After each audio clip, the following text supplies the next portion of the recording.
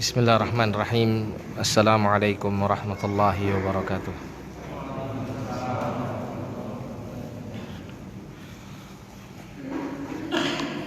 Innal hamdalillah nahmaduhu wa nasta'inuhu wa nastaghfiruh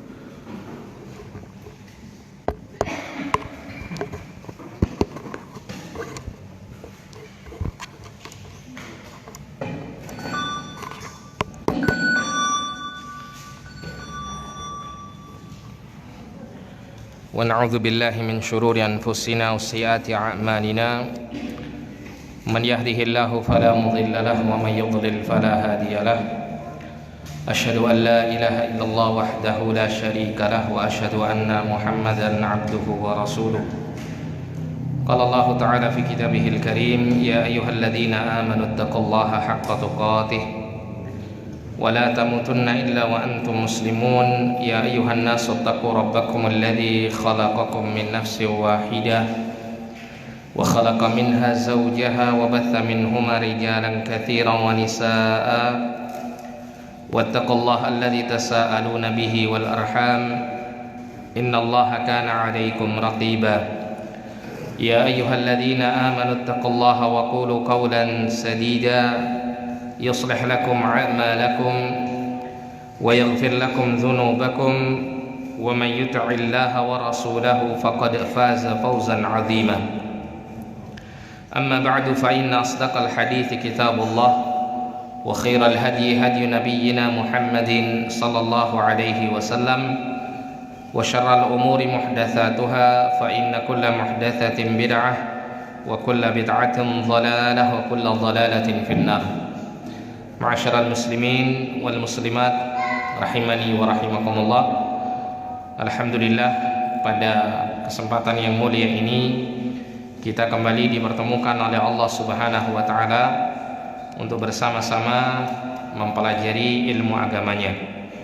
Kita berharap mudah-mudahan Allah Subhanahu wa taala mengkaruniakan kepada kita semuanya ilmu yang bermanfaat yang disertai dengan hidayah dan taufik darinya untuk bisa terwujud menjadi amal yang saleh, sehingga kita kelak digolongkan oleh Allah Subhanahu wa taala sebagai orang-orang yang difirmankan oleh Allah, yaitu tepatnya di dalam Quran surah An-Nahl ayat 97. Allah Subhanahu wa taala mengatakan, man amila salihan min dzakarin aw untha wa huwa mu'minun falanuhyiyannahu hayatan thayyibah wa lanajziyannahum ajrahum bi ahsani ma kanu ya'malun. Allah Subhanahu wa taala berfirman, barang siapa yang melakukan amal yang saleh baik dari kalangan laki-laki ataupun dari kalangan perempuan, sedangkan dia adalah orang yang beriman kepada Allah, maka kami, kata Allah, benar-benar akan menghidupkannya dengan kehidupan yang baik. Allah memberikan kebahagiaan hidup di dunia. Kemudian Allah mengatakan wala najziyannahum ajrahum bi ahsani ma kanu ya'malun, dan kami benar-benar akan memberikan balasan dengan pahala untuk mereka, yang mana balasan pahala ini lebih baik dari apa yang sudah mereka kerjakan dari amal-amal saleh mereka ketika mereka hidup di dunia, yaitu di mana Allah Subhanahu wa taala kelak di akhirat akan memberikan balasan kenikmatan surga untuk orang-orang yang melakukan amal saleh ketika di dunia. Baik, kita akan masuk pada pembahasan mengenai satu surat yang agung di sisi Allah Subhanahu wa taala dan memiliki beberapa keutamaan bagi orang yang membaca dan merenungkan isi dan kandungannya, yaitu surat Al-Kahfi. Surat Al-Kahfi. Niki kok suarane ngeten napa, Pak? Terlalu dekat. Oh, terlalu besar. Oh, agak mundur. Iya. Agak jauh. Terus suara kula mboten mlebet. Mboten masuk. Masuk ya. Oke, sip. Surat Al-Kahfi. Al-Kahfi itu artinya gua. Ya. Surat ini dinamakan dengan surat Al-Kahfi karena dalam surat tersebut terdapat kisah ya beberapa pemuda yang menyelamatkan diri mereka dari kejaran raja dan bala tentaranya dalam rangka untuk mempertahankan ketauhidan, karena pada saat itu raja dan para penguasa di masa tersebut adalah orang-orang yang menyekutukan Allah Subhanahu wa taala. Nah, maka kemudian para pemuda ini lari dan masuk ke dalam gua, dan Allah Subhanahu wa taala menidurkannya selama beberapa tahun ya. Nanti insya Allah kita akan masuk pada kisah ini, namun kemungkinannya bukan untuk malam ini ya, karena kita akan membahasnya mulai dari ayat yang pertama. Jadi surat ini disebut Al-Kahfi karena ada sangkut pautnya dengan kisah para pemuda yang tidur di dalam gua. Kemudian surat Al-Kahfi ini termasuk daripada surat Makkiyah. Surat Makkiyah niku napa? Surat Makkiyah adalah surat yang diturunkan oleh Allah Subhanahu wa taala ketika Nabi sallallahu alaihi wasallam belum berhijrah ke kota Madinah. Ini adalah termasuk surat Makkiyah. Kemudian mim maqasidi surah, di antara tujuan-tujuan pembahasan surat ini adalah bayanu manhajit ta'amuli ma'al fitan, yaitu berkaitan dengan penjelasan tentang cara kita berinteraksi dengan berbagai macam fitnah. Fitnah niku napa? Fitnah itu adalah ujian-ujian hidup yang cenderung kepada keburukan ya. Ujian ya dalam hidup kita di dunia ini yang cenderung pada perkara-perkara yang buruk ya, seperti misalnya fitnah harta, berarti ujian harta yang berkaitan dengan sisi-sisi keburukan dari harta itu, seperti bakhil, kikir ya. Orang kalau diuji harta terkadang dia akan menggunakan harta itu kepada perkara-perkara yang diharamkan oleh Allah. Nah, ini semuanya adalah fitnah. Nah, dalam surat Al-Kahfi ini Allah memberikan petunjuk kepada kita bagaimana cara kita berinteraksi dengan berbagai macam ujian-ujian Allah ini. Mulai dari pertama Allah menceritakan tentang kisahnya siapa? Para pemuda yang tidur di gua.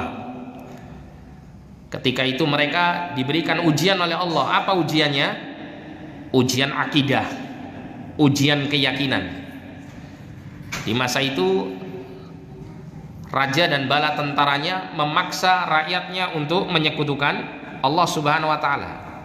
Para pemuda ini menyampaikan akidah tauhid tapi ditolak, bahkan hendak dibunuh dan dihukum, disiksa oleh sang penguasa. Namun mereka kemudian ya menjauhkan diri mereka dari kesyirikan dan para pelaku-pelakunya. Menjauhkan diri dari kesyirikan dan para pelakunya dengan cara mereka kemudian mengasingkan diri di dalam gua ini demi untuk menjaga ketauhidan dan keyakinan di dalam sanubari. Nah, ini ketika menghadapi fitnah kesyirikan. Nanti ada lagi di dalam surah Al-Kahfi ini dikisahkan tentang fitnah harta. Nanti diceritakan ada dua orang yang berdialog, yang satunya orang soleh, yang satunya orang ingkar nikmat, orang yang mengkufuri nikmat Allah Subhanahu wa taala. Yang kemudian ya pada saat orang yang ingkar nikmat ini terfitnah ya, tertipu dengan kenikmatan-kenikmatan yang Allah Ta'ala berikan ya, tidak bisa menghadapi ujian harta ini, sampai pada akhirnya Allah Subhanahu wa Ta'ala membinasakan seluruh hartanya, memusnahkan seluruh hartanya. Nanti ada pelajaran yang bisa kita ambil dari dialog tersebut.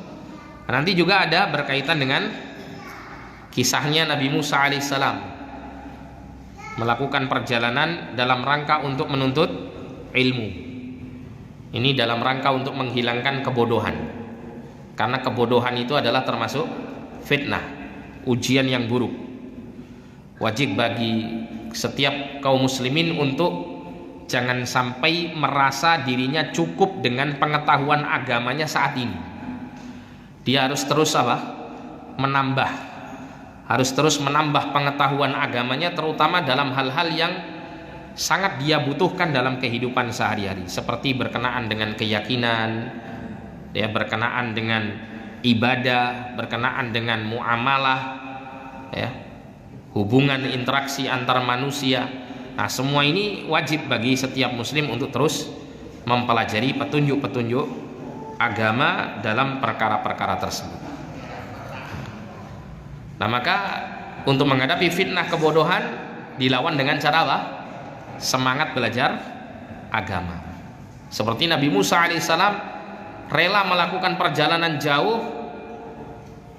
demi untuk menemukan seseorang yang dikatakan oleh Allah Subhanahu wa taala sebagai orang yang diberikan ilmu dari sisi Allah dan memiliki pengetahuan yang tidak diketahui oleh Nabi Musa alaihissalam. Nanti ada kisahnya, ya.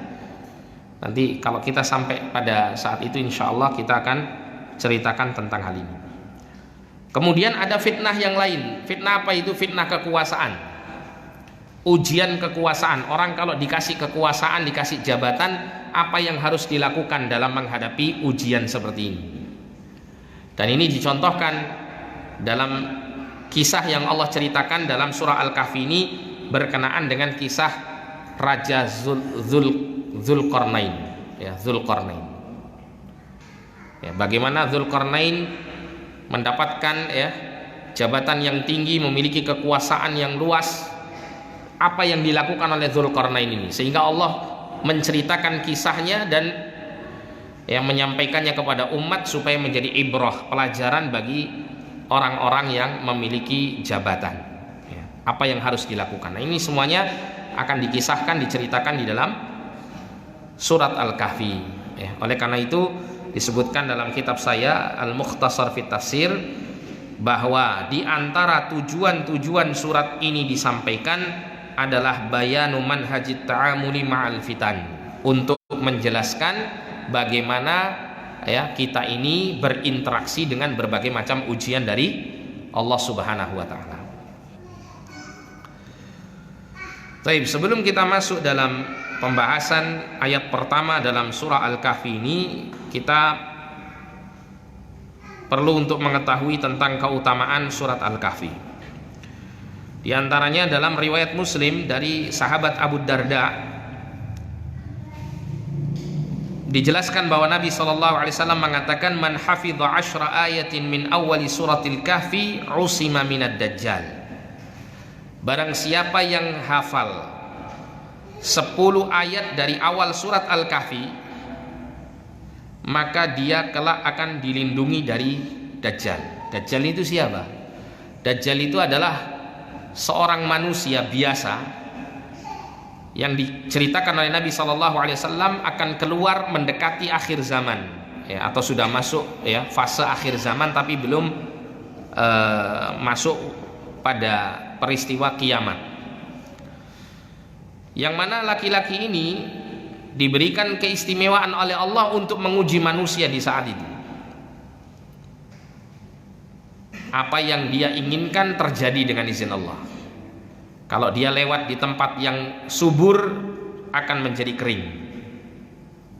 Sampai penduduknya mau beriman kepada Dajjal ini, maka Dajjal dengan izin Allah, ya, menjadikan tempat itu subur kembali. Ya, termasuk juga Dajjal ketika melewati tempat yang kering akan bisa membuat tempat itu subur, sampai membuat orang yang ada di daerah tersebut terfitnah, ya, menjadi tertarik dengan Dajjal dan mengikuti Dajjal serta mengimaninya, kufur kepada Allah SWT. Dan banyak hal, ya, yang diberikan oleh Allah Subhanahu wa taala kepada Dajjal ini sampai kemudian membuat manusia itu sulit untuk selamat dari ujian Dajjal. Nah, siapa yang menghafal 10 ayat dari awal surat Al-Kahfi, maka Allah akan lindungi dia dari fitnah Dajjal. Ini merupakan fitnah yang terbesar di akhir zaman karena banyak sekali manusia yang mau mengikuti Dajjal, terutama para wanita. Sampai ada riwayat yang mengisahkan bahwa para lelaki di masa itu ya, mereka mengikat kaki, tangan istri mereka, anak-anak perempuan mereka, ibu-ibu mereka, demi apa? Supaya tidak menuju kepada Dajjal. Karena Dajjal ini datang dengan membawa perhiasan dunia, membawa kenikmatan-kenikmatan dunia. Dan Dajjal tidak bisa masuk ke dalam 2 kota suci, yaitu kota Mekah dan kota Madinah. Selain dari 2 kota suci ini, Dajjal akan menginjakkan kaki di tempat tersebut. Ya. Berarti nanti masuk Indonesia, Ustaz. Kalau memang Indonesia masih ada gitu ya. Ya. Bisa jadi Dajjal akan datang ke Indonesia. Jadi salah satu keutamaan seseorang menghafal 10 ayat dari awal surat Al-Kahfi adalah Allah mengujinya dari melindunginya dari ujian Dajjal. Ini termasuk fitnah. Ya, oleh karena itu surah Al-Kahfi ini surat yang merupakan penolak fitnah gitu ya. Penolak fitnah. Kemudian dalam riwayat An-Nasa'i dan juga At-Tabrani serta Al-Hakim disahihkan oleh Syekh Al-Albani rahimahullah, Nabi mengatakan, man qara'a surat Al-Kahfi kama unzilat kanat lahu nuran yaumal qiyamati min maqamihi ila Makkah. Barang siapa yang membaca surat Al-Kahfi sebagaimana diturunkan, maksudnya sebagaimana diturunkan itu mulai ayat pertama sampai terakhir ya, sejumlah 110 ayat. Kanat lahu nuran yaumal qiyamah, maka dia akan mendapatkan cahaya pada hari kiamat min maqamihi ila Makkah, dari dia berdiri sampai ya, cahayanya itu sampai Mekah. Nanti pada hari kiamat ya, dia akan mendapatkan cahaya ini.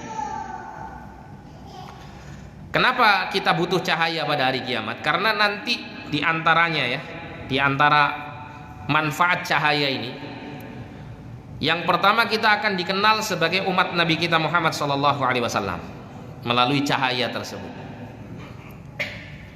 Kemudian yang kedua, dengan cahaya itulah kita akan bisa melihat jalan yang terbentang di atas jahanam atau sering disebut dengan sirat. Cahaya itulah yang akan membimbing kita untuk tidak salah melangkah ya. Sampai kemudian kita akan dimudahkan oleh Allah untuk melewati sirat tersebut menuju kepada surga Allah Subhanahu wa taala. Nah, ini adalah manfaat daripada cahaya yang Allah berikan bagi orang-orang beriman pada hari kiamat. Yang diantara cara kita mendapatkan cahaya ini adalah dengan suka membaca surat Al-Kahfi ya. Kemudian selanjutnya terdapat riwayat yang menjelaskan tentang disunnahkannya membaca surat Al-Kahfi pada hari Jumat. Nabi mengatakan, man qara'a surat Al-Kahfi fi yaumil jum'ati adha'a lahu minan nuri ma bainal jum'atain. Barang siapa yang membaca suratul Kahfi pada hari Jumat, maka Allah akan memberikan kepadanya cahaya yang menyinarinya ma bainal jum'ataini, di antara 2 Jumat. Maksudnya apa di sini? Maksudnya seperti yang dijelaskan oleh Al-Imam Asy-Syaukani ya, rahimahullah. Beliau mengatakan maksudnya adalah dia akan tetap mendapatkan pengaruh dari cahaya itu. Pengaruhnya apa di sini? Yaitu Allah Subhanahu wa taala akan menyinari hatinya. Allah akan memudahkan dia untuk mentaati Allah Subhanahu wa taala. Allah akan mudahkan baginya untuk melangkahkan kaki menuju jalan yang benar karena dia senantiasa disinari dengan cahaya hidayah. Ini makna daripada dia akan mendapatkan cahaya yang menyinarinya di antara 2 Jumat. Maksudnya di antara dua Jumat itu Jumat ketika dia baca suratul Kahfi sampai Jumat berikutnya. Kalau dia di Jumat berikutnya baca suratul Kahfi akan terus diterangi sampai Jumat berikutnya dan seterusnya. Dan ini wallahu a'lam ya. Kalau pribadi saya, setiap kali saya membaca suratul Kahfi di hari Jumat atau di malam Jumat, saya merasa mudah untuk melakukan ketaatan kepada Allah Subhanahu wa taala daripada saya tidak membaca suratul Kahfi dan kemudian saya melalui hari-hari saya setelahnya. Kenapa, Pak? Mati lagi. Ujian ya, fitnah. Sabar atau enggak?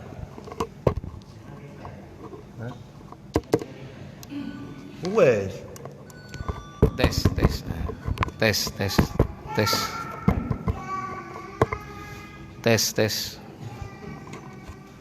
Ini aja. Ini ujian ya. Ujian buat antum sabar ndak gitu ya. Nunggu selesai ini. Ujian buat saya, ujian buat orang yang kaya ini harus diganti. Yang punya duit. Ya. Ujian untuk semua orang.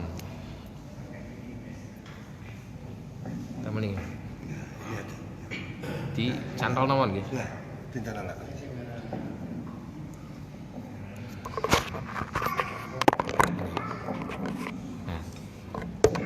Tes. Iya.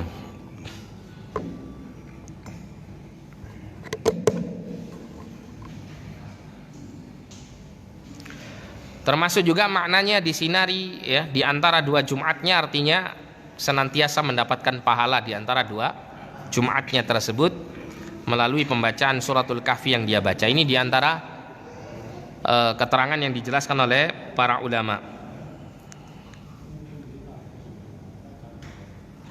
Kemudian secara khusus dikatakan dalam hadis ya yang berkaitan dengan disunahkannya membaca suratul Kahfi di malam Jumat. Kalau tadi di hari Jumat, ini di malam Jumatnya. Nabi mengatakan man qara'a suratal Kahfi lailatal jum'ati adha'a lahu minan nuri fima bainahu wa bainal baitil atiq. Barang siapa yang membaca surah Al-Kahfi pada malam Jumat. Malam Jumat itu berarti Kamis malam Jumat itu ya. Ia akan diterangi sinar antara dirinya hingga Baitul Atiq, yaitu Ka'bah. Sinar ini adalah sinar yang akan Allah berikan ketika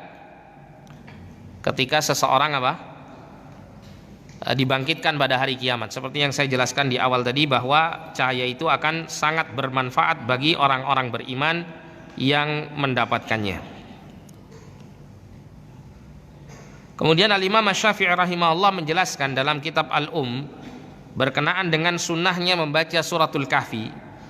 Wa uhibbu qira'atal Kahfi lailatal jum'ati wa yaumaha lima ja'a fiha. Dan saya suka membaca suratul Kahfi pada malam Jumat dan hari Jumat berdasarkan hadis tentang hal itu. Jadi kalau seandainya di malam Jumat dia baca suratul Kahfi, keesokan harinya dia baca lagi, tidak ada masalah. Ya. Tidak ada masalah. Atau mungkin dia hanya memilih salah satunya, malam Jumatnya atau hari Jumatnya dia baca surah Al-Kahfi. Ini pun juga tidak mengapa. Kemudian ada satu peristiwa di masa Rasulullah SAW berkaitan dengan seorang sahabat yang membaca suratul Kahfi pada saat di malam hari. Suatu ketika seorang sahabat membaca suratul Kahfi di malam hari. Jadi kisahnya ini diriwayatkan oleh Al-Barra bin Azib radhiyallahu an. Beliau mengatakan kan rajulun yaqra'u suratul Kahfi wa ila janibi hisanun marbutun bi syatanaini. Jadi ada seorang sahabat membaca suratul Kahfi, sedangkan pada saat dia membaca suratul Kahfi itu di sampingnya terdapat seekor kuda yang diikat. Seekor kuda yang diikat dengan dua tali yang panjang. Ya, seperti mungkin kita lihat ya, kadang kuda itu diikat dengan satu kali ikat atau satu tali ikatan, terkadang juga dua, kanan dan kirinya gitu ya. Nah, ini diikat dengan dua tali. Fataghashathu sahabatun faja'alat tadnu wa ja'ala farasuhu yanfiru, ya, Falamma asbaha atan Nabi sallallahu alaihi wasallam fa dzakara dzalika lahu faqala tilka sakinatu tanazzalat bil Qur'an. Ya, ketika sahabat ini membaca suratul Kahfi, tiba-tiba ia dinaungi oleh awan yang terus mendekat. Ya, ada awan yang terus mendekat. Kalau dalam riwayat yang lain disebutkan cahaya yang terang yang menjadi seperti naungan, ya seperti naungan. Itu terus mendekat turun ke bawah sampai membuat kuda yang diikat itu gusar. Ya, gusar, ketakutan begitu ya. Dia bergerak-gerak, lari-lari dan terlepas dari ikatannya. Kalau dalam riwayat yang lain sahabat ini menceritakan bahwa di sampingnya juga terdapat anaknya yang masih kecil. Sehingga dia menghentikan pembacaan suratul Kahfi ini. Dia tidak melanjutkannya. Ya, karena kudanya yang gusar tadi khawatir menginjak putranya yang ada di sampingnya. Maka setelah pagi harinya diceritakan kisah ini kepada Rasulullah sallallahu alaihi wasallam, maka Rasulullah mengatakan, ya, tilkas sakinah, itu adalah as-sakinah, makhluk yang disebut dengan as-sakinah, yang ketika datang membawa ketenangan. Ya. Jadi tilkas sakinah tanazzalat bil Qur'an, dia turun, sakinah ini turun dengan apa? Adanya bacaan Al-Quran. Ya. Adanya bacaan Al-Quran. Ini kisah yang diriwayatkan oleh Imam Bukhari dan Muslim dalam sahih keduanya. Jadi kalau dalam riwayat yang lain diceritakan, kalau kau terus membacanya, maka seluruh manusia akan bisa melihat di pagi hari cahaya yang turun tersebut. Ya. Akan tampak gitu ya. Orang-orang akan bisa melihatnya. Namun sahabat ini menghentikan pembacaan suratul Kahfinya sehingga cahaya yang berupa sakinah ini naik, ya, kembali ke atas. Nah, ini adalah diantara keutamaan daripada surah Al-Kahfi, ya, sehingga sangat dianjurkan bagi kita semuanya untuk senantiasa membaca surat ini, merenungkannya, ya, mengambil pelajaran, dan terkhusus ya disunnahkan pula membaca suratul Kahfi ini pada saat kita berada di malam Jumat atau di hari Jumatnya. Baik, kita masuk dalam ayat yang pertama. A'udzubillahi minasyaitonirrajim. Bismillahirrahmanirrahim. Alhamdulillahilladzi anzala 'ala 'abdihil kitaba wa lam yaj'al lahu 'iwaja. Qayyiman liyunzira ba'san shadidan min ladunhu wa yubashshiral mu'minin alladzina ya'maluna as-salihati anna lahum ajran hasana.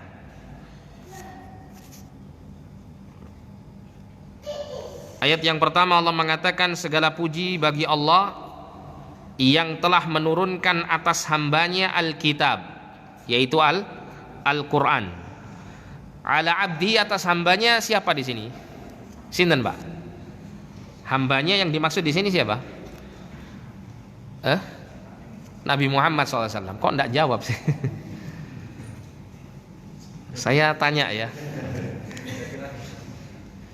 Jadi yang dimaksud hambanya di sini adalah Nabi Muhammad Sallallahu Alaihi Wasallam, karena nggak ada lagi ya selain Nabi Muhammad Sallallahu Alaihi Wasallam yang mendapatkan wahyu berupa Al-Quran ini.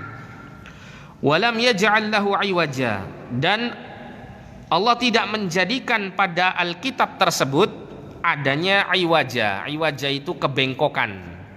Maksud kebengkokan di sini artinya adanya kelemahan di dalamnya. Nah, dari ayat pertama surah Al-Kahfi ini kita bisa ya mengambil beberapa pelajaran. Pelajaran yang pertama, Allah membuka ayat ini dengan mengatakan alhamdulillah, segala puji bagi Allah Subhanahu wa taala. Sehingga di sini yang pertama, Allah itu terpuji dalam semua perbuatannya, karena Allah menyebutkan alhamdulillahilladzi anzala ala 'abdihil kitab. Segala puji bagi Allah yang telah menurunkan atas hambanya Alkitab, yaitu Al-Quran. Allah menyebutkan pujian untuk dirinya di saat Allah melakukan suatu perbuatan. Apa perbuatannya? Allah melakukan perbuatan apa dalam ayat pertama ini? Allah kabarkan Allah turunkan Alkitab, Allah turunkan Al-Quran kepada hambanya. Ini menunjukkan bahwa setiap perbuatan Allah selalu terpuji. Kenapa kok selalu terpuji? Karena setiap perbuatan Allah selalu mengandung hikmah dan pelajaran. Allah tidak pernah iseng. Ya, beda dengan kita. Kadang kita ini suka ngelakoni ya perbuatan tapi nggak ngerti tujuan dan maksudnya. Pak jenengan lapo kok ngulon? Gitu ya. Embuh aku kepingin ngulon aja. Ini namanya apa? Iseng ini namanya. Ya. Kita sering begitu, nggak ada tujuan, nggak ada ya hikmah di balik perbuatan gitu. Tapi Allah Subhanahu wa taala nggak pernah melakukan seperti itu. Selalu apa yang diperbuat oleh Allah selalu mengandung hikmah dan pelajaran. Memiliki tujuan yang mulia. Makanya kemudian Allah itu terpuji dalam semua perbuatannya. Nah, salah satu daripada perbuatan yang sangat terpuji dari Allah Subhanahu wa taala adalah Allah Subhanahu wa taala memberikan anugerah Alkitab ini kepada hambanya, ya. Dalam rangka agar supaya hambanya Muhammad sallallahu alaihi wasallam menyampaikan Alkitab ini sebagai rahmatan lil alamin, sebagai kasih sayang Allah Subhanahu wa taala bagi seluruh umat manusia, bagi seluruh alam semesta. Dalam rangka untuk meraih kebahagiaan hidup dunia dan akhirat. Ya, ini adalah pelajaran pertama. Jadi Allah terpuji dalam seluruh perbuatannya. Yang salah satu perbuatannya adalah Allah memberikan Al-Qur'anul Karim ini.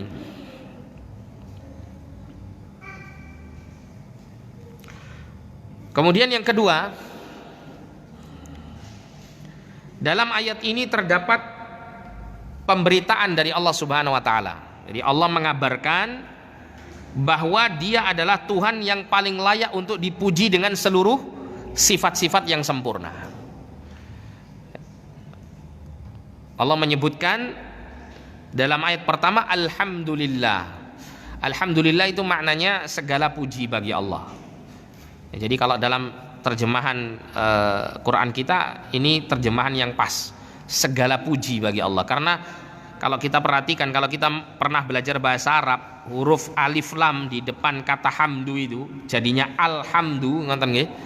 Al itu menunjukkan lil istighraq, menunjukkan keseluruhan. Nah, orang tidak boleh Pak dipuji dengan cara seperti ini.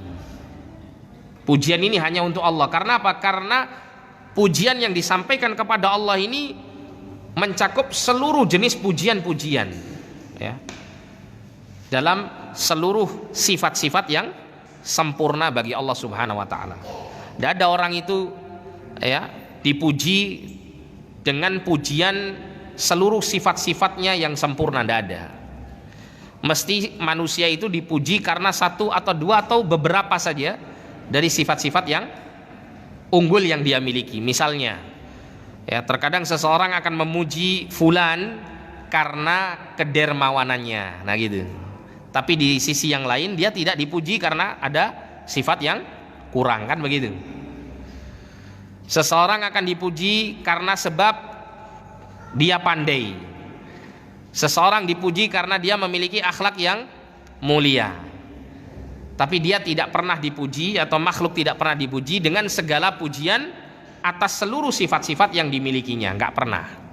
Kenapa? Karena sifat-sifat yang sempurna dalam seluruh sifatnya itu hanya dimiliki oleh Allah Subhanahu wa taala. Sehingga Allah mengabarkan dalam ayat pertama ini bahwa Allah itu Tuhan yang paling layak untuk dipuji, sekaligus ini juga merupakan perintah dari Allah agar kita memuji Allah Subhanahu wa taala.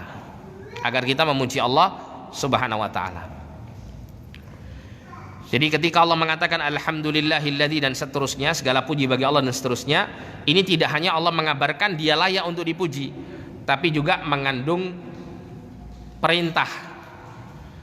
Kalau kita belajar namanya ilmu usul fikih, Pak. Itu terkadang perintah itu bentuknya langsung perintah, lakukan ini, gitu ya. Terkadang perintah itu bentuknya adalah bentuk pengkabaran,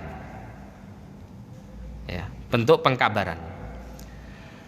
Contoh bentuk pengkabaran itu begini, seperti ayat ini ya. Ketika Allah mengatakan segala puji bagi Allah, maka ini menunjukkan bahwa terkandung di dalam Allah mengabarkan segala puji baginya itu, Allah perintahkan makhluknya untuk memujinya. Seperti misalnya Allah Subhanahu wa taala menceritakan tentang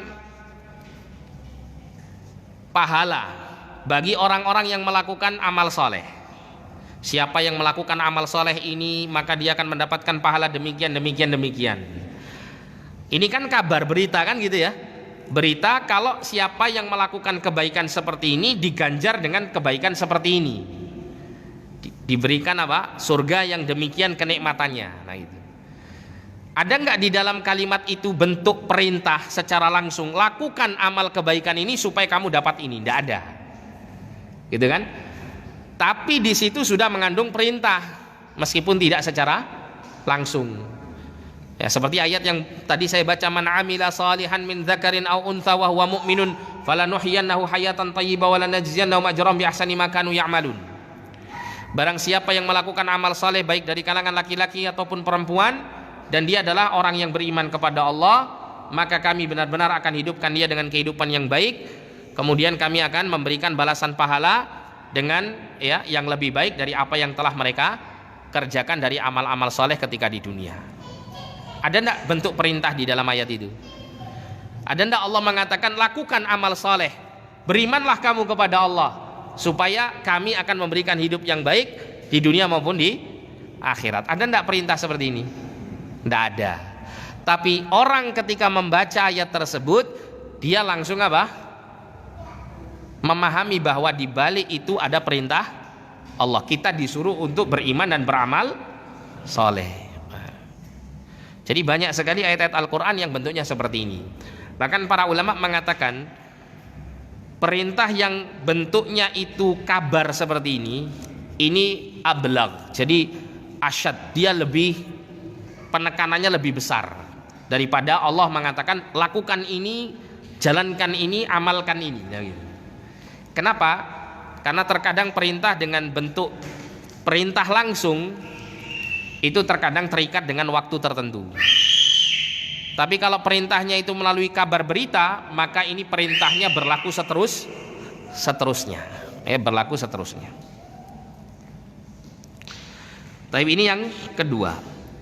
Kemudian yang ketiga, Allah mengatakan di sini ada kata alladzi anzala ala abdihi. Segala puji bagi Allah yang telah menurunkan ke atas hambanya Al-Quranul Karim. Saya mau tanya, berarti Al-Quran itu datang dari atas apa dari bawah? Dari atas, karena sesuatu yang diturunkan berarti dari atas turun ke bawah. Dan ini menunjukkan ya bahwasannya Allah Subhanahu wa taala itu tinggi di atas arsy-Nya, ya, tinggi di atas langit yang 7. Sebagaimana Allah Subhanahu wa taala berfirman dalam surat Toha, ya, Ar-Rahmanu 'alal 'arsy istawa. Ar-Rahman, Allah yang Maha Pemurah, 'alal 'arsy, di atas arsy-Nya, istawa, ay 'ala wartafa, yaitu tinggi di atas arsy-Nya. Ya, jadi Allah Subhanahu wa taala itu tinggi. Langit, ya, lapisan langit yang 7 itu di bawah arsy Allah Subhanahu wa taala. Nah, kemudian ya di atas arsy ini Allah Subhanahu wa taala, dan tidak ada yang lain lagi, sudah nggak ada lagi di atas arsy ini selain Allah Subhanahu wa taala. Dan Allah terpisah dari makhluknya, Allah tidak bersama dengan makhluknya. Ya, tingginya Allah Subhanahu wa taala itu terpisah dengan makhluknya. Jadi semua makhluk yang ada di bawah Allah Subhanahu wa taala semuanya butuh Allah, termasuk makhluk yang terbesar yaitu arsy Allah Subhanahu wa taala. Arsy ini butuh sama Allah Subhanahu wa taala. Ya. Bukan Allah butuh sama arsy-Nya, bukan. Tapi arsy itu artinya singgasana, Pak. Ya, singgasana Allah Subhanahu wa taala ini butuh sama Allah, bukan Allah butuh sama singgasananya. Ya, dan Allah Subhanahu wa taala terpisah dari makhluknya. Ini menunjukkan ya bahwa salah satu sifat Allah itu adalah tinggi, ya, tinggi di atas seluruh makhluknya. Dan ini merupakan perkara yang sudah difitrahkan, sudah menjadi fitrah manusia, naluri yang sudah ditanamkan sejak dia dilahirkan, bahwa Allah itu tinggi di atas. Buktinya apa? Buktinya ya, Seseorang ketika dia ingin berdoa selalu apa? Hati dan pikirannya selalu menuju kepada Allah yang di atas. Bahkan kadang orang itu gak sadar selalu mengatakan kita serahkan kepada yang di atas. Nah, gitu. Ini sudah Allah tanamkan fitrah ini ke dalam hati masing-masing manusia, sehingga manusia mau mengingkarinya ya tetap gak akan bisa, karena sesuatu yang sudah difitrahkan itu sulit untuk dihilangkan. Termasuk juga tentang keesaan Allah. Allah itu tunggal satu, gak ada yang lain, tidak berbilang. Qul huwallahu ahad. Katakan Muhammad, Allah itu, dia Allah adalah tunggal esa. Ini sudah ditanamkan dalam fitrah manusia ya. Mesti setiap makhluk, setiap manusia pasti meyakini Tuhan pencipta dirinya cuma satu, gak mungkin dua. Sampai pun dalam agama yang lain sekalipun, tetap dia meyakini Tuhan yang menciptakan dia cuman satu. Mau agama apa? Agama Hindu yang katanya ada 3 Tuhan, tetap dia meyakini ada satu di antara 3 itu yang maha menciptakan, kan begitu. Gak mungkin yang mencipta itu ada 2. Kalau ada 2 nanti Tuhan A menciptakan makhluk ini, Tuhan B menciptakan makhluk itu. Kenyataannya gak ada. Makhluk A mengaku saya diciptakan Tuhan ini, makhluk B mengaku saya diciptakan Tuhan itu. Tidak ada yang seperti ini. Mesti selalu mengakui Tuhan yang satu. Meskipun Tuhan yang satu ini kadang-kadang dikasih nama macam-macam gitu ya. Dikasih nama dengan nama-nama yang tidak Allah Ta'ala sukai ya. Bukan nama yaitu Allah ya, dengan lafadz Allah, tapi lafadz-lafadz yang lain. Seperti orang Hindu mengatakan Brahma misalnya ya, Dewa Brahma atau apalah ya, Dewa Wisnu apa, enggak paham saya. Tapi penamaan-penamaan itu semuanya menuju kepada Tuhan yang satu. Sehingga ini fitrah ya. Sulit untuk kita menolak fitrah ini. Kemudian yang keempat,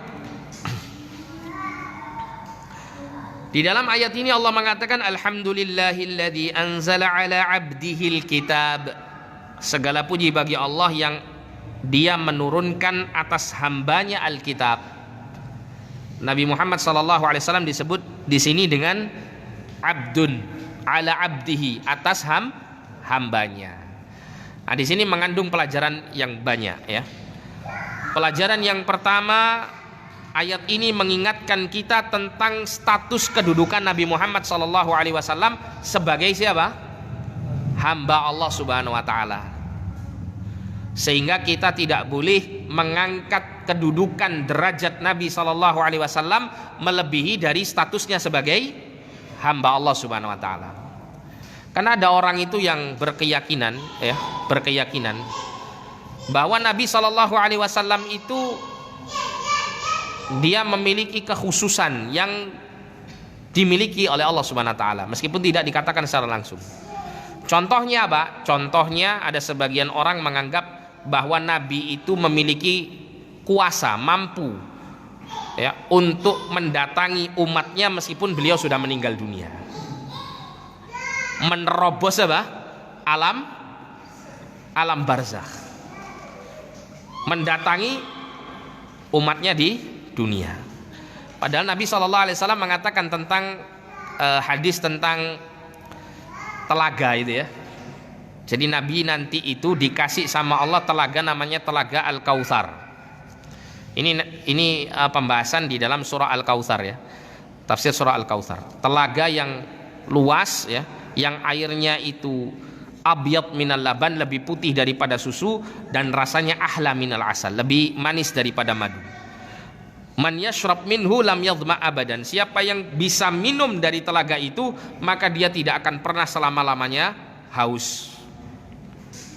Nah, nanti ada orang-orang beriman itu datang ke telaga ini untuk minum. Kemudian ada sekelompok orang datang dari kalangan umat Nabi Muhammad SAW. Dia datang untuk minum air dari telaga tersebut. Kemudian orang-orang ini dihalangi sama malaikat, tidak boleh minum. Kemudian pada saat itu Nabi mengatakan ummati, ini umatku, kenapa kok dilarang minum gitu. Maka kemudian diserukan kepada Nabi SAW, innakum la tadri ma ahdatsu ba'daka. Sesungguhnya kamu, innaka la tadri, sesungguhnya kamu nggak ngerti wahai Muhammad, ma ahdatsu ba'daka, apa yang dia buat-buat dalam agama ini setelah kematianmu. Ya, perbuatan-perbuatan baru dalam agama yang mereka buat-buat itu kamu tidak tahu wahai Muhammad apa yang mereka lakukan. Sehingga itu kemudian membuat orang ini tidak bisa minum dari telaga Nabi. Bahkan Nabi mengatakan suhkon. Kalau gitu ya jauhkan dia. Kan dia telah merusak agama Nabi Muhammad SAW dengan melakukan praktek kebid'ahan, ya, hal-hal yang baru dalam agama yang merusak kemurnian agama itu sendiri. Nah di situ hadisnya menjelaskan Nabi nggak ngerti, gitu ya. Nabi nggak ngerti atas apa yang diperbuat oleh umatnya setelah beliau meninggal dunia. Lah kok ada orang ngaku Nabi datang ke majelisnya, ya. Nabi datang, mahallul qiyam, berdiri, nyambut Nabi katanya. Kok bisa Nabi itu kok? Kalau memang Nabi bisa datang berarti Nabi tahu keadaan umatnya, kan begitu. Tapi kenapa kemudian Nabi SAW tidak mengetahui ada beberapa golongan dari umat Nabi SAW yang melakukan perbuatan yang menyesatkan dalam agama, sampai kemudian orang-orang ini dihalau supaya tidak minum dari air telaga Nabi SAW. Ini menunjukkan bahwa setelah Nabi SAW wafat sudah tidak ada satupun ya kemampuan apapun dalam diri Nabi itu untuk bisa mendatangi kepada masing-masing dari kalangan umatnya tersebut. Termasuk juga ada sebagian kalangan menjadikan Nabi sebagai tujuan dalam dia berdoa. Padahal salah satu bentuk kekhususan untuk Allah Subhanahu wa taala adalah kita mengkhususkan berdoa hanya kepada Allah. Dalilnya mana? Dalam surat Al-Jin. Allah mengatakan wa annal masajida lillahi fala tad'u ma'allahi ahada. Dan bahwasanya masjid-masjid itu adalah milik Allah, maka janganlah dia menyeru berdoa, beribadah bersama Allah kepada salah satu di antara selain Allah Subhanahu wa taala. Allah menyebutkan di situ ma'allahi ahadan, bersama Allah satupun. Kata ahadan di situ disebut dengan bentuk nakirah kalau dalam bahasa Arab, yang memiliki faidah pelajaran bahwa satupun di situ siapapun juga. Ya, termasuk di situ adalah Nabi Muhammad SAW. Siapapun juga tidak boleh dijadikan sekutu untuk Allah dalam kita berdoa. Tapi kita sering dengar ada sebagian kaum muslimin mengatakan ya Rasulullah al-madad, ya Rasulullah, ya Rasulullah bantuanmu, pertolonganmu ya Rasulullah, ya Rasulullah aku beristighosah kepadamu, minta pertolongan kepadamu, ya Rasulullah aku minta ini dan itu, wal'iyadzubillah. Yang semua itu adalah bentuk doa yang seharusnya dikhususkan untuk Allah, karena dia adalah bentuk ibadah. Sebagaimana Nabi mengatakan ad-du'a'u huwal ibadah, berdoa itu adalah inti daripada ibadah, ya.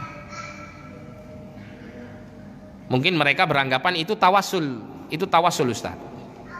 Maksudnya tawasul bagaimana? Saya minta sama Nabi, nanti Nabi mendoakan apa yang saya minta. Maka di sini ya yang pertama kejanggalan yang pertama di dalam perilaku ini, apakah Nabi tahu kalau kamu minta sama Nabi, kemudian Nabi memintakannya kepada Allah? Tahu dari mana kamu? Kalau Nabi mendengar doa kamu, itu yang pertama. Oh, dalam hadis Nabi diceritakan siapa yang membaca sholawat kepada Nabi maka akan disampaikan sholawat itu kepada Nabi. Berarti doa kita akan disampaikan. Kita katakan yang sampai atau disampaikan kepada Nabi itu sholawat. Apa yang kita ucapkan dari sholawat kepada Nabi itu yang memang disampaikan, bahwa umatmu telah bersolawat kepadamu. Tapi tidak ada satupun dalil yang menunjukkan bahwa doa-doa kita yang kita minta, yang kita panjatkan kepada Nabi itu kemudian disampaikan kepada Nabi. Ya. Padahal perkara gaib butuh dalil. Kalau nggak ada dalil berarti dia apa? Gerabak, Pak. Ya. Itu yang pertama. Kemudian yang kedua, bukankah berdoa itu adalah ibadah yang khusus untuk Allah, hanya dipersembahkan kepada Allah? Kenapa kok dipersembahkan kepada Nabi? Kalau dikatakan ini tawasul, berarti ini mirip seperti kesyirikan orang-orang jahiliyah. Dalam Quran surah Az-Zumar Allah mengatakan ma na'buduhum illa liyuqarribuna ilallahi zulfa. Ketika orang-orang musyrik itu dituduh kamu itu menyekutukan Allah, mereka mengatakan begini, kami tidak beribadah kepada mereka Tuhan-Tuhan selain Allah ini. Ya, termasuk di sini adalah kami tidak berdoa kepada mereka, karena doa termasuk ibadah gitu ya. Illa liyuqarribuna ilallahi zulfa, kecuali agar supaya Tuhan-Tuhan selain Allah yang kami minta ini itu mendekatkan kami kepada Allah dengan sedekat-dekatnya. Saya minta sama Lata Uzza Manat ini supaya Lata Uzza Manat ini menyampaikan doa saya kepada Allah, supaya saya semakin dekat dengan Allah Subhanahu wa taala melalui mereka-mereka ini. Mirip enggak kira-kira, Pak? Saya doa minta sama Nabi SAW supaya Nabi nanti mendekatkan saya kepada Allah. Doa saya nanti semakin dekat, semakin didengar oleh Allah Subhanahu wa taala. Sama enggak ini? Sama. Hakikatnya sama. Meskipun objeknya berbeda. Ya. Dan tidak ada satupun dalil yang menunjukkan Nabi memiliki kemampuan setelah meninggal dunia untuk mendoakan umatnya. Bahkan Nabi SAW mengatakan secara umum, idza mata ibnu adama inqata'a amalu illa min thalath. Apabila anak keturunan Adam, Nabi Muhammad termasuk anak keturunan Adam atau tidak? Termasuk. Ya. Apabila dia telah mati, terputuslah semua amalnya, artinya sudah nggak bisa beramal lagi. Illa min thalath, kecuali tiga perkara. Tiga perkara ini pun juga amal atau hasil dari amal orang yang meninggal itu semasa hidup di dunia. Seperti yang pertama, ilmun yuntafa'u bihi, ilmu yang dimanfaatkan. Orang dulu di masa hidupnya mengajarkan ilmu bermanfaat kepada orang, orang itu terus mengamalkannya, terus mengajarkannya kepada orang, dia tetap dapat pahala sampai pun dia mati, kan gitu. Pahalanya saja yang mengalir, bukan amalnya. Dia sudah mati, nggak bisa ngajarkan ilmu lagi kepada orang yang hidup.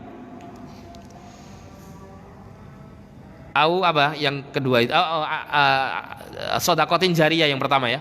Sodakot jariyah, yaitu seseorang misalnya bangun masjid, kemudian orang yang membangun masjid ini meninggal dunia tapi masjidnya masih terus dipakai, maka pahalanya masih mengalir. Nah, itu pahalanya yang mengalir, bukan amal perbuatannya yang bisa dilakukan, amal ibadahnya yang bisa dilakukan oleh orang mati ini, enggak, tapi pahalanya. Termasuk doa anak yang soleh yang mendoakan kebaikan untuk orang tuanya. Itu karena disebabkan usaha orang tua untuk mensolehkan sang anak semasa hidupnya di dunia. Setelah mati dia tinggal memetik hasilnya. Hasil dari amalnya itu pahalanya terus mengalir meskipun dia sudah meninggal dunia. Nah, dari sisi ini kita wajib untuk menempatkan Nabi SAW sebagai seorang hamba. Meskipun demikian, beliau SAW bukan hamba biasa seperti layaknya kita, tapi beliau ditinggikan derajatnya oleh Allah, dimuliakan oleh Allah Subhanahu wa taala. Ya, dimuliakan oleh Allah Subhanahu wa taala, dengan kemuliaan diangkatnya beliau menjadi seorang nabi dan rasul. Dan banyak sekali keistimewaan Nabi kita Muhammad SAW ya, dalam berbagai macam dalil yang menjelaskannya.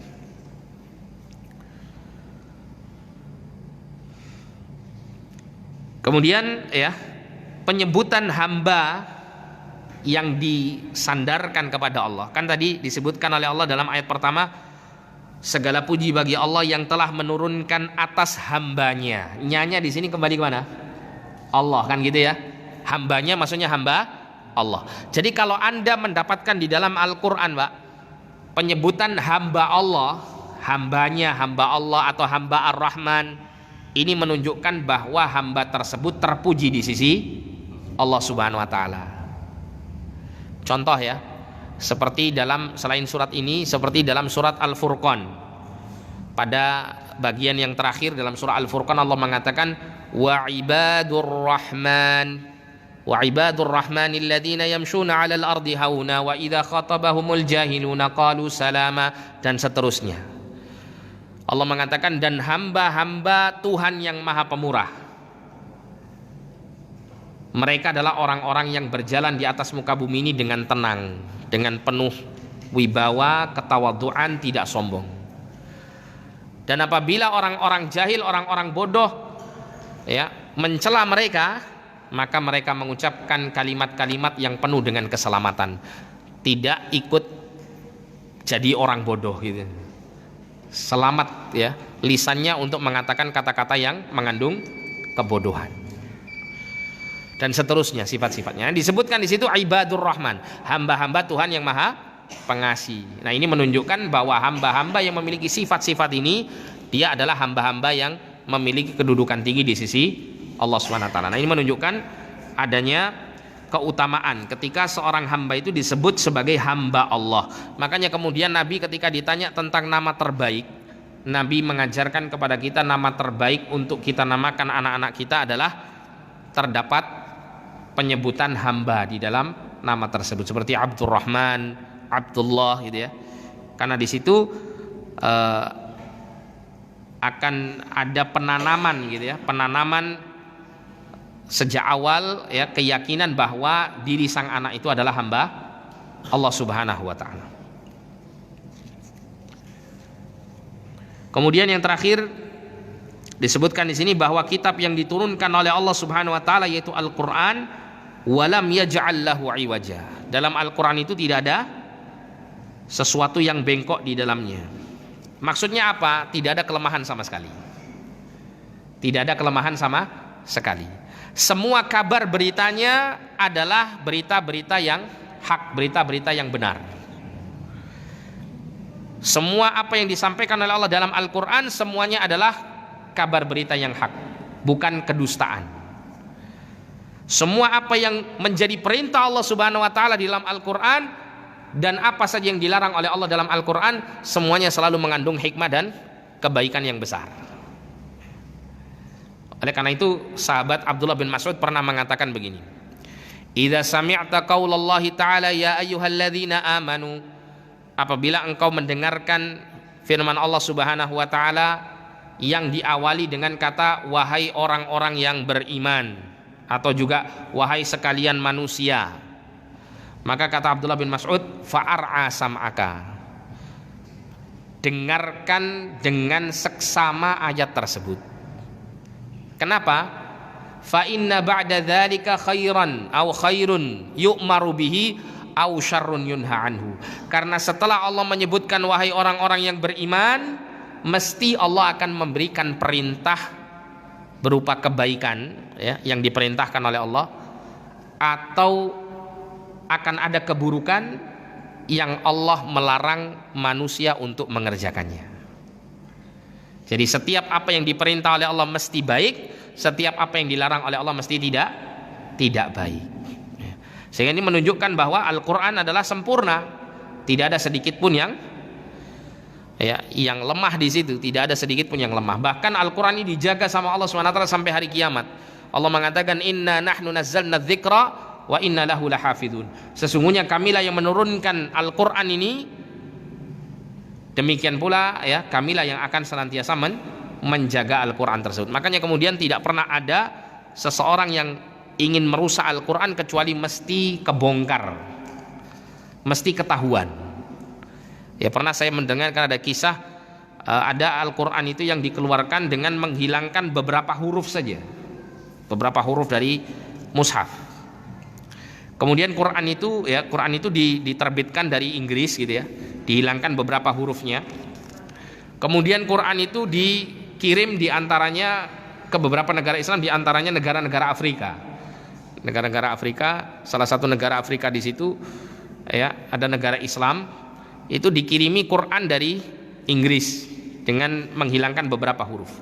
Ternyata Pak, ada anak-anak kecil penghafal Quran di pedalaman Afrika yang dapat Quran itu yang ngoreksi. Loh, ini nggak bener, ini kurang ini hurufnya. Anak kecil. Mungkin waktu itu yang dewasa belum belum memperhatikan mungkin mereka husnudzon baik sangka, diterima Qur'annya terus dibagikan ke anak-anak untuk belajar baca Qur'an. Ada di situ beberapa anak yang mulai menghafal Qur'an, dia menemukan ada ayat yang ganjil, kok ini hurufnya kurang ini gitu. Akhirnya disampaikan kepada gurunya kemudian protes kepada orang yang memberikan, dan kemudian Al-Quran ini dimusnahkan. Ya. Anak kecil pun bisa menjaga Al-Quran melalui apa? Melalui penjagaan Allah Subhanahu Wa Taala tentunya. Nah, sehingga di sini Al-Quran tidak akan ada kekurangan dan kelemahan sama sekali. Bahkan siapapun yang ingin atau berusaha untuk menyaingi Al-Quran dengan membuat tandingannya, maka Allah bahkan menantang orang-orang seperti itu. Siapa yang ingin buat yang serupa dengan Al-Quran, coba buat. Dalam Quran surah Al-Baqarah diantaranya Allah mengatakan, wa in kuntum fi raibim mimma nazzalna ala abdina. Dan apabila kalian merasa ragu dengan apa yang kami turunkan atas hamba kami, yaitu Nabi Muhammad SAW berupa Al-Quran ini, maka fa'tu bi suratim min mithli, maka coba kamu datangkan satu surat saja yang serupa dengan salah satu surat di dalam Al-Quran. Dan Allah sampai mengatakan, wad'u syuhada'akum min dunillah, panggil semua makhluk yang bisa menolong kamu untuk bikin satu surat yang serupa dengan satu surat Al-Quran selain Allah. Syaratnya jangan minta tolong sama Allah gitu ya, minta tolong sama siapapun juga, terserah. Ahli sastra manapun kamu panggil untuk bikin satu surat yang serupa dengan Al-Quran, maka Allah katakan in kuntum shadiqin, apabila kalian memang benar persangkaanmu memang benar bahwa Al-Quran itu betul-betul tidak datang dari Allah Subhanahu Wa Taala. Kemudian setelah itu Allah mengatakan, fa illam taf'alu, kalau kamu nyerah nggak mampu, walan taf'alu, bahkan sampai Allah menguatkan, dan kamu tidak akan pernah bisa melakukannya. Kamu nggak akan pernah bisa melakukannya. Fattaqun nar allati waquduhan nas wal hijara uiddat lil kafirin. Maka takutlah kamu kepada neraka yang bahan bakarnya adalah manusia dan batu, yang disediakan bagi orang-orang yang kafir, ingkar terhadap Al-Quran ini yang dibawa oleh Nabi Sallallahu Alaihi Wasallam. Dan Allah turunkan ayat ini kepada orang-orang Arab jahiliyah yang pada saat itu mereka mendewa-dewakan sastra Arab. Mereka itu punya perlombaan, Pak. Orang-orang Arab zaman dahulu itu punya perlombaan bikin syair. Siapa yang syairnya paling bagus akan ditempelkan di dinding Ka'bah. Penghargaannya begitu. Maka kemudian ketika Allah turunkan Al-Quran dan disampaikan Nabi SAW, tidak ada satupun orang-orang yang ahli sastra Arab bisa menyaingi Al-Quran ini. Bahkan orang-orang yang mengerti bahasa Al-Quran di masa mereka itu ketika membaca Al-Quran itu sangat terpengaruh, sangat terpengaruh. Jadi ada sebuah kisah, Rasulullah itu ketika di Mekah selalu baca Quran di malam hari. Itu Abu Sufyan sama Abu Jahal itu mesti datang, Pak, setiap malam. Abu Sufyan datang di sisi rumah Nabi yang kanan, Abu Jahal datang dari sisi yang kiri. Gak pernah ketemu gitu. Apa tujuannya? Ingin merasakan kenikmatan mendengarkan keindahan bacaan Al-Quran, keindahan kalimat-kalimat Al-Quran. Karena orang Arab dulu itu sangat gandrung, senang sekali dengan syair-syair Arab ini. Kalau mereka mendengar syair Arab ini merasa seperti sesuatu yang sangat nikmat.